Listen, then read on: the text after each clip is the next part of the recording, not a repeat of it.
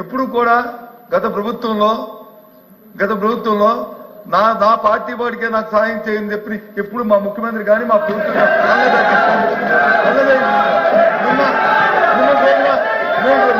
సాక్షాత్తు రాజ్యాంగ పదవి ఉండి రాజ్యాంగ పదవి ముఖ్యమంత్రి గారు మాటలు తీసుకుంటే సిగ్గుపడాలి అధ్యక్ష, సిగ్గుపడాలి ఈ వ్యవస్థ, సిగ్గుపడాలి అధ్యక్ష. లబ్ధిదారుడికి వచ్చి పార్టీ అంట కడతారు అధ్యక్ష, లబ్ధిదారుడికి పార్టీ అంట కడతారు అధ్యక్ష.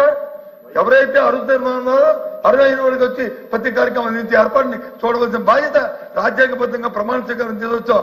రాగద్వేషాలకు అతీతంగా, పార్టీలకు అతీతంగా మేము వచ్చి కార్యక్రమం చేస్తాం వచ్చిన వ్యక్తులు ఇవాళ వచ్చి సభలో వచ్చి మన ప్రైవేటు మా తాలూకా పార్టీ మీటింగ్ లో వచ్చి ఎవరికి చేతులను వైరల్ అవుతుంటే దాని మీద వివరణ ఇవ్వాల్సిన ముఖ్యమంత్రి కార్యాలయం వివరణ ఇవ్వాల్సిన అవసరం లేదా అధ్యక్ష? ఆ మంత్రి గారిని రిక్వెస్ట్ చేస్తాను, ఇప్పుడైనా సరే చెప్పండి.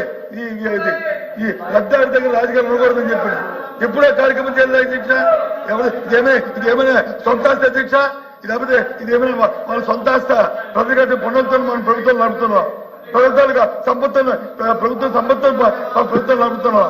ఈ కార్యక్రమం ఏ రకంగా మారుతారు అధ్యక్ష ముఖ్యమంత్రి గారు? ఏ రకంగా మీరు చెప్తారు అధ్యక్ష? మళ్ళీ దానికి వచ్చి ఒత్తాసు పలుకుతూ మీరు చెప్తున్నారు అధ్యక్ష.